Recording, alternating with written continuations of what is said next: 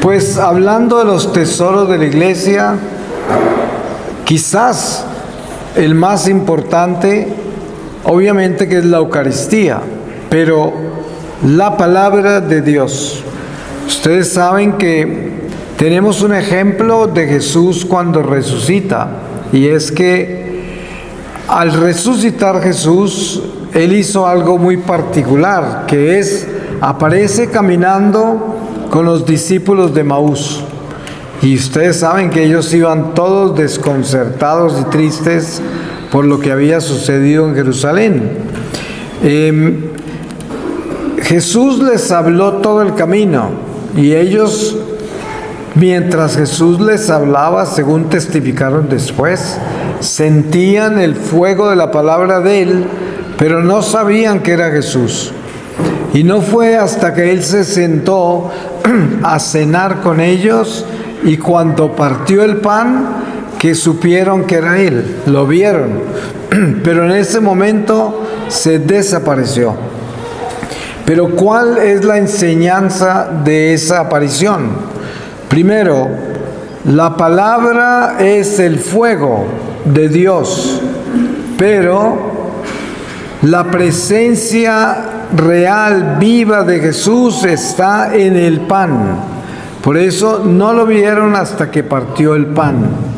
Dense en cuenta el daño que le hizo Satanás a los protestantes, a los que se fueron de la iglesia, que les quitó la Eucaristía y ellos no creen que Jesús está en el pan.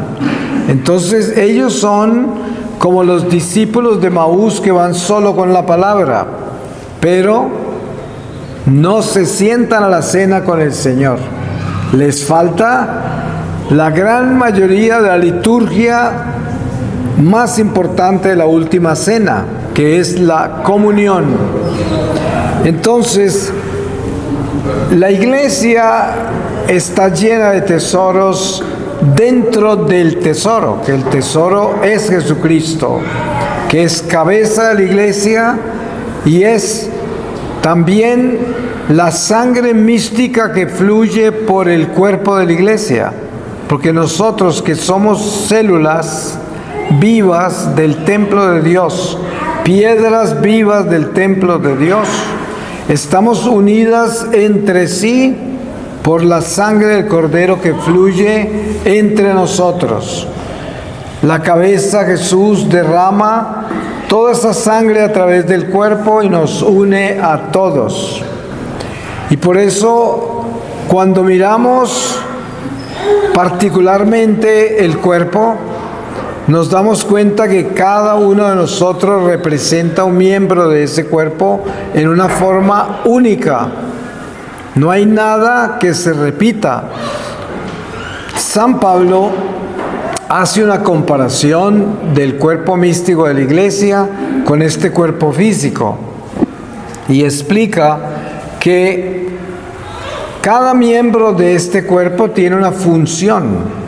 Y ustedes saben que cuando nosotros perdemos algún miembro de este cuerpo, es un cuerpo que se llama que está invalidado, tiene un daño, ¿no? Le falta algo, no está completo, porque el cuerpo fue creado en una forma particular, específica, y cada miembro tiene su servicio.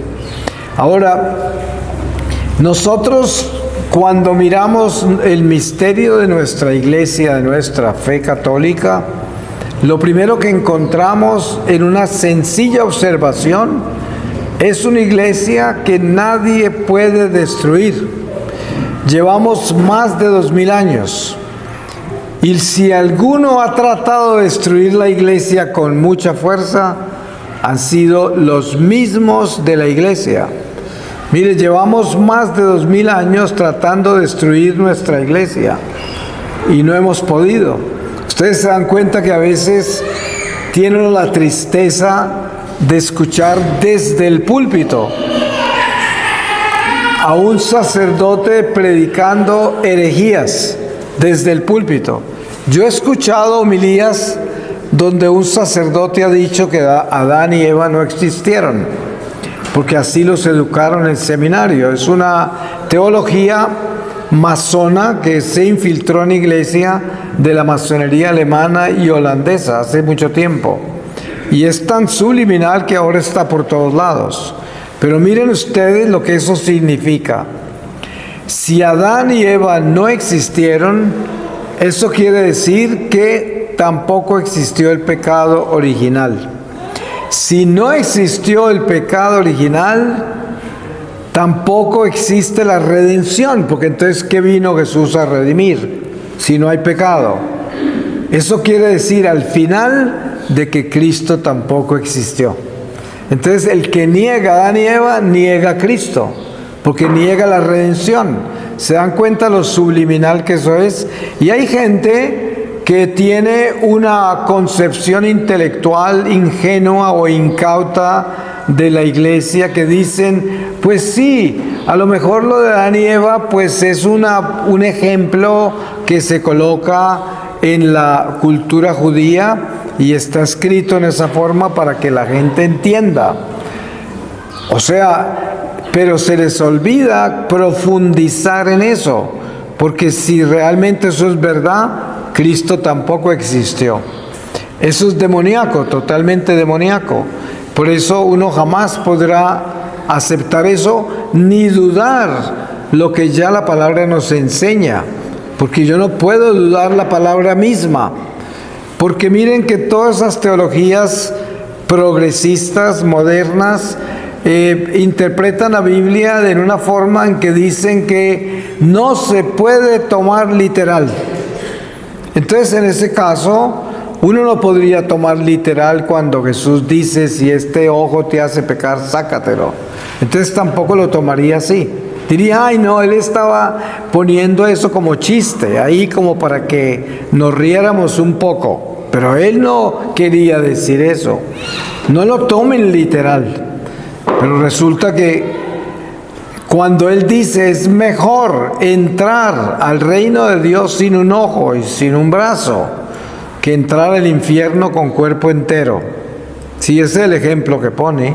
Entonces sí está hablando en serio de lo que él dice. Es mejor perder un ojo siempre y cuando entre en gracia y deje el pecado, a quedarme con los ojos, pero en pecado. Entonces más vale estar tuerto, pero en gracia de Dios. Y esto es lo que hay que tener claro. Entonces, nuestro caminar con los tesoros de la iglesia es el espíritu de gratitud. Cuando nosotros descubrimos la iglesia, lo primero que descubrimos es que la iglesia es un don que se nos ha dado a nosotros gratis, porque Dios nos escogió desde siempre para ser católicos. Nosotros nacimos escogidos. Nadie se hace católico por voluntad humana. Miren ustedes que una persona que entra a la iglesia a los 80 años, esa persona había nacido para ser católica. El ejemplo está, por ejemplo, en Abraham y Sara. Ellos paganos toda la vida, hasta la ancianidad, paganos. Pero miren para qué estaban escogidos. Como ancianos, el Señor apenas sí comenzó la jornada de Abraham para irse a la tierra prometida.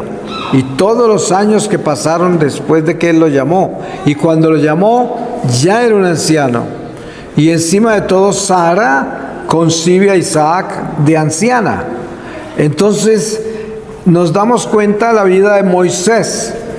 Moisés se escapa de Egipto después de matar al egipcio y ya con hijos, con mujer, viviendo por allá lejos con la familia de su esposa, y Dios se le aparece en la zarza ardiente y le revela su misión.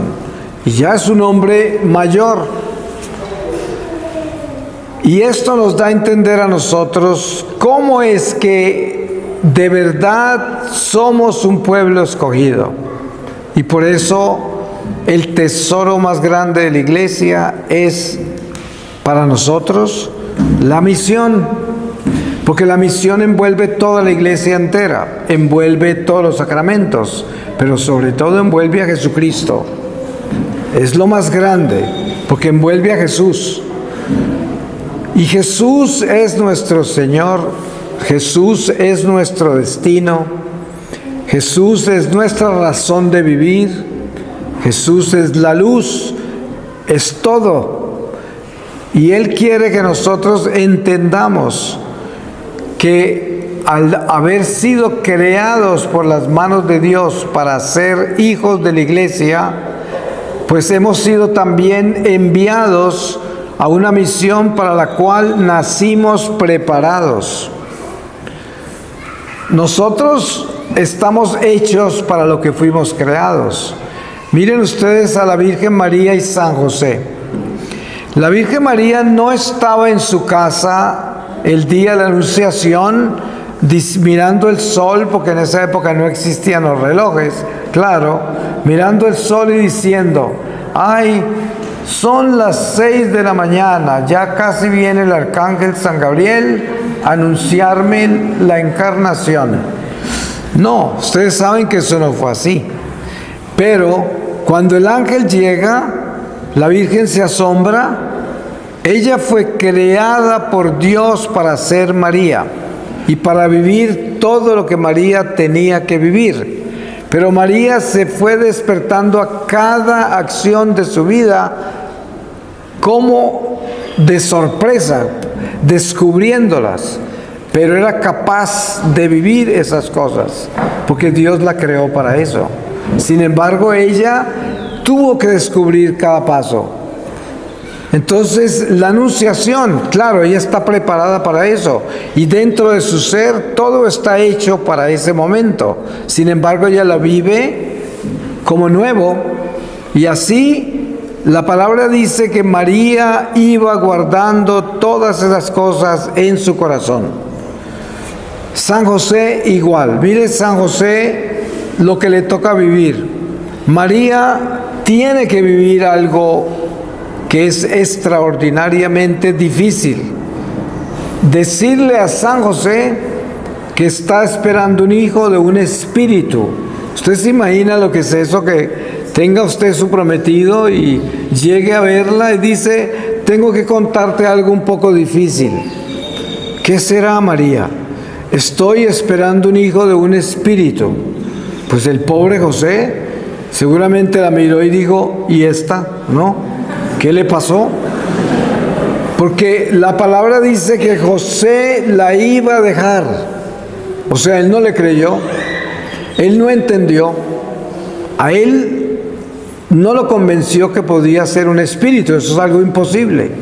Y José era un hombre normal, común y corriente. Dijo: ¿qué? ¿Esperando un espíritu? Eso no es posible. Entonces pensó en dejarla. Pero como él fue creado para ser padre putativo del Señor, el mismo arcángel que anunció a María se le aparece en sueños y le aclara todo a José. Y José, dócil porque fue creado así, obedece. Pero dense en cuenta que José también tuvo que despertarse a cada paso. No fue que José dijo: y más tarde sueño y entonces me explican y todo va a quedar bien. No, él no sabía eso, pero estaba preparado para eso. Hablo así porque quiero hablar de nosotros. La vida nuestra está hecha por Dios. Si somos fieles a Dios, hay que insistir en eso, porque todo lo que estamos hablando tan solo tiene sentido si nosotros somos obedientes. Porque si no somos obedientes, no se cumple la misión para la que nacimos. Y no estamos caminando por las huellas que nos dejaron marcadas para llegar donde tenemos que llegar y para hacer lo que tenemos que hacer. Dense en cuenta que María y José hacen lo que tienen que hacer porque nunca se rebelan de nada. Siempre caminan derecho con Dios en la voluntad de Dios. Entonces todo lo de ellos se va dando. Y es un ejemplo de cómo debemos vivir nosotros. Tenemos que vivir en obediencia para que todo se vaya dando. Pero al mismo tiempo hay que entender algo. Miren todo lo que le tocó vivir a María y José, el sufrimiento tan grande que tuvieron. La vida nuestra, cuando es de Dios y caminamos fieles a Dios, no necesariamente va a ser un sendero de rosas, de pétalos de rosa. Vamos a vivir muchas pruebas, vamos a vivir sufrimientos, enfermedades, carencias, de toda clase de cosas. Pero en todo, Dios nos creó para vivir y soportar todo eso. Porque si somos fieles a Dios, todas las pruebas que viviremos las soportaremos y tendremos la sabiduría para superarlas. No nos corromperán, porque cuando uno vive una prueba que fue consecuencia del pecado, entonces el diablo te pone un peso que no puedes llevar y te puedes corromper con la prueba. Y eso sucede muchas veces, aunque la prueba venga de Dios o venga de consecuencia del pecado, no tiene sino dos posibilidades: o nos purifica o nos corrompe. Es lo único que hace una prueba. Y ustedes han visto eso quizás en sus vidas personales o en la vida de otra persona. Ustedes ven un enfermo y a veces ese enfermo se está corrompiendo con la enfermedad, está blasfemando, está dudando de Dios, está siendo duro y cruel con todos. Es una persona amargada por la enfermedad, o por un fracaso, o por un divorcio, o por quién sabe qué, cualquier prueba. Entonces, ese peligro de corrompernos con la prueba es un peligro que todos corremos. Nadie se escapa de eso. Por eso es que debemos mantener una disciplina espiritual tan estricta para que nosotros no naufraguemos en la prueba, para que la pasemos y para que así podemos dar testimonio. Miren que el testimonio más grande que da el cristiano es el testimonio después de la prueba, cuando la logró pasar sin corromperse. Entonces, ¿qué pasa? Emerge más valiente, más sabio, más humilde, porque la prueba nos hace humildes. Cuando usted ha padecido de algún mal y se encuentra otro que está padeciendo de ese mal, usted tiene compasión y conocimiento de ese mal y puede acompañar a esa persona con consejos o como quiera en oración, porque usted conoce eso y fuera de eso lo superó. No solo lo conoce, lo superó. Entonces, claro, usted se convierte en un gran apoyo de los que pasan por eso. Y muchas veces tenemos esas conversaciones que decimos: yo te entiendo, yo sé lo que me quieres decir, porque yo he vivido eso. Eso lo escuchamos, nos sucede. Y entonces, la responsabilidad nuestra es asegurarnos de que nuestra vida sea una experiencia de superación de las cosas que vivimos, pero superación hacia la santificación. ¿Qué quiere decir? Tenemos que santificar todo lo que vivimos. Yo le digo a la gente: miren, ustedes tienen que espiritualizar hasta sus zapatos. Todo en la vida tiene que espiritualizarse. Usted, en el mundo en que vivimos, que es un mundo de vanidad y de pretensión y de autosuficiencia, de velocidad y de comodidad y de consumismo y relativismo, es el mundo en que vivimos. Entonces uno tiene que estar vigilante si quiere ser fiel a Dios y si quiere llevar una vida espiritual. Tiene que estar vigilante y hacerse exámenes de conciencia. Un examen de conciencia sencillo y que normalmente no se hace Usted se puede mirar en este momento y mirar lo que tiene puesto y decir, ¿por qué tengo puesta esta camisa azul? ¿Por qué tengo estos tenis? Y mirar y desafiarse bien a ver si en eso no hay ninguna acción vanidosa, pretenciosa, ostentosa, orgullosa. Y eso no es que sea un pecado, pero es una imperfección. Y de pronto usted se puede arrestar con eso y mejorarse. Y ya cuando se vaya a vestir, ya piensa mejor. Y se viste en su dignidad y no en su vanidad. Y entonces usted aprende a manejar las cosas por dignidad y no por vanidad. Y ese es un cambio muy grande en su vida. Y usted se da cuenta de la gente que administra su vida y su apariencia física y todo dignamente, y el que lo hace vanidosamente. En una oportunidad que estaba yo en Tokio, en Japón, una señora que estaba conmigo me llevó por una avenida que es muy famosa allá, y hay muchos restaurantes sobre esa avenida en los cuales la gente va solo a exhibir la moda que han comprado, las carteras de $5,000, los relojes de $20,000 y $30,000, ahora hay relojes de $1,000,000. Y todo eso es lo que hacen en esa calle, es pasear toda esa ostentación, toda esa vanidad, y es parte de esa cultura que es muy superficial. Obviamente no todos los japoneses son así, pero es el común, es así. Gente que no tiene a Dios, obviamente, son idólatras.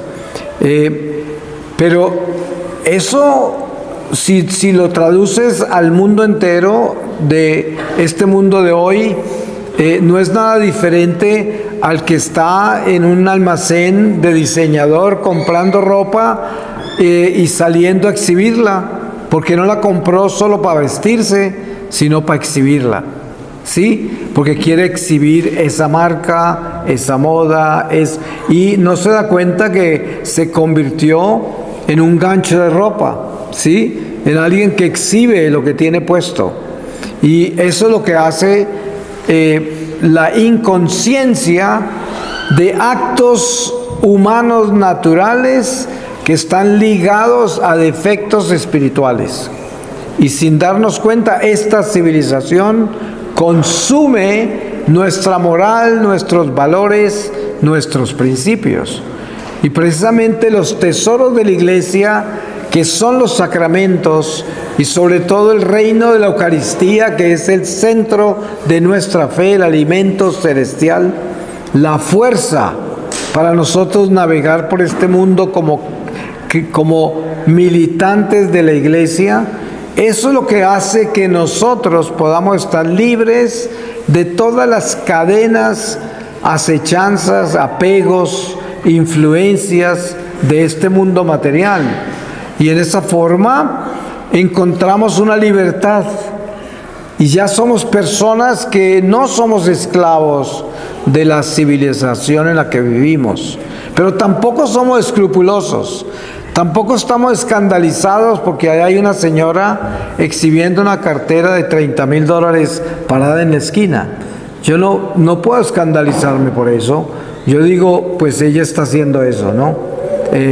Y yo digo, pues Dios, ten misericordia. Ojalá algún día te conozca. Pero yo no me voy a sentir mejor que ella. No la voy a juzgar. Y tampoco me voy a escandalizar, a decir, ay no, ya por esta calle yo no vuelvo a pasar. ¡Qué horror! Mira a esa señora. Eso no es, porque el camino del cristiano es santificarse ahí por donde vives, por donde pasas. Ahí nos santificamos. Y no ponerse uno a juzgar a los demás y entonces ya volverse un exclusivo que solo va a los lugares donde no encuentra cosas así. Miren que recién que yo comencé mi apostolado, terminé con una casa de misiones en Bogotá, en Colombia, que hoy todavía está ahí. La casa la tenemos hace 22 años, la misión comenzó hace 25 años. Pero al principio se formó un grupo de jóvenes. Y había conocido yo muchos grupos de jóvenes de otros movimientos de la iglesia. Y habían cosas que hacían en algunos de esos grupos que a mí no me gustaban, como por ejemplo, llegaban los jóvenes del mundo tatuados, con piercings, con la ropa rara y con la música rara y con costumbres raras, etc.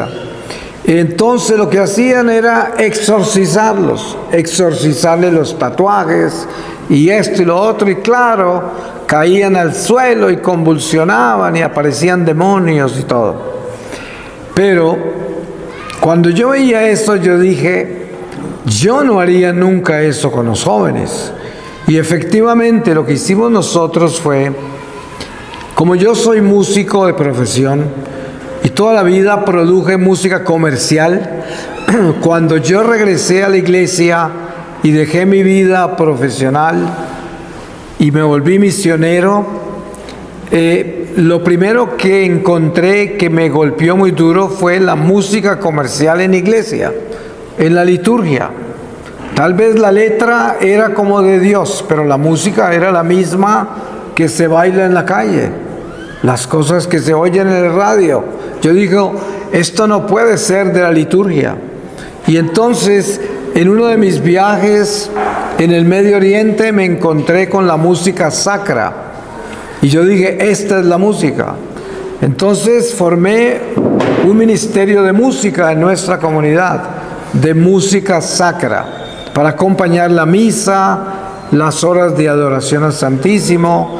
Entonces los jóvenes que empezaron a llegar a esos grupos, adoración al Santísimo con la música sacra y reflexiones sobre el catecismo y diferentes temas, nunca a esos jóvenes les dijimos nada de sus tatuajes, ni de sus piercings, ni de su ropa, ni de su música, ni de nada, sino que simplemente los invitábamos a estar ahí, con la adoración al Santísimo, con esa música, con las reflexiones, y llegaban y se iban. Algunos volvían, otros se quedaban sin ir mucho tiempo y volvían, otros seguían yendo, pero lo que sucedió y que comenzamos a observar es que poco a poco se fueron enamorando de Jesús. Y entonces ellos mismos, ellos solos, comenzaron a dejar todas las cosas que hacían, que eran del mundo. Y encontramos conversiones reales que se hicieron por el amor que se les despertó del Señor. Hubo casos en que algunos necesitaron más adelante liberación, porque habían practicado cosas satánicas y habían hecho ritos y ya necesitaban exorcismos, pero la gran mayoría no necesitaban eso. La gran mayoría necesitaban era conocer a Jesús, enamorarse de Jesús. Y el mismo Señor los sacó del mundo en que estaban. Y ya muchos de ellos se casaron después, tienen hijos, son parte de nuestra comunidad o de otras comunidades, y nunca vivieron el trauma y todo ese golpe y ese abuso de cuando llegan a exorcizarlos y exhortarlos y así le tiene el demonio en el brazo y bueno, todo esto. Y al final nos damos cuenta que nuestra iglesia es Jesucristo y Jesucristo es el divino amor y Jesucristo es la verdad. Entonces, si nosotros entramos en el Espíritu Santo de la iglesia, tenemos la fuerza del amor de Dios, y entonces con ese amor podemos conquistar toda la oscuridad que hay en nosotros y alrededor de nosotros. Muchas veces nos preguntamos, ¿cómo hago yo para que mi familia se acerque a Dios? Porque todos están lejos. Y la respuesta es la misma que pasó con los jóvenes. Si uno está tan preocupado por su familia y verdaderamente tiene esa intención de que todos se salven, entonces tiene que hacer lo más importante, y es asegurarse que lleva a Dios de verdad en su corazón, que verdaderamente está convertido. Y cuando uno tiene a Dios en el corazón, la única preocupación que le queda es asegurarse que mantenga a Dios en el corazón, porque Él se encarga de todo, y eso debe confiarlo uno. Yo todos los días oro por las personas que me duelen tanto y también por la humanidad, porque el Señor quiere que recemos por la conversión de todos los pecadores. Pero no estoy preocupado de cómo lo va a hacer el Señor y cuándo lo va a hacer. En esa trampa no caigo, porque eso es cuando yo quiero controlar el resultado de mis oraciones. Mucha gente dice: pero ¿cuándo será que el Señor me va a contestar mis oraciones? Llevo 20 años orando a que se convierta este hombre y no pasa nada, cada día está peor. Sí, claro, porque usted lleva 20 años esperando que se cumpla lo que usted quiere, ¿no? Y eso no es así. Uno no ora para que se realice mi voluntad humana, uno ora para que se realice la voluntad de Dios. Si es que yo lo quiero, lo amo y quiero estar con Él y obedecerle a Él. Oro, como dice el santo, trabajo como si todo dependiera de mí, pero oro como si todo dependiera de Dios. Y así debe ser nuestra vida. Uno hace todo lo que le corresponde. Yo oro por las personas que me duelen tanto y por la humanidad, pero no me pongo a mirar por una ventana a ver si ya se convirtieron. No, eso le pertenece al Señor. Como dice San Pablo, Pablo sembró, Apolo regó, pero solo Dios hace crecer. Y eso es lo que hay que estar muy claro. Pero el tesoro de la iglesia que estamos compartiendo en este momento es el Espíritu Santo que actúa a través de cada uno de nosotros. El Espíritu Santo hace posible que yo hable en este momento a ustedes. El Espíritu Santo hace posible que ustedes me escuchen. El Espíritu Santo hace posible que ustedes me entiendan. Y el Espíritu Santo hace posible que lo que ustedes entiendan lo puedan usar. Y el Espíritu Santo hace posible que al ustedes usarlo les sirva para su propia salvación, porque cumplen con la misión para la que nacieron, que es compartir lo que el Espíritu Santo les dio y que lo puedan utilizar para la salvación de otros. Así se completa toda esta unción del Espíritu Santo en la iglesia, y es un tesoro, porque se realiza a través de cada uno de nosotros.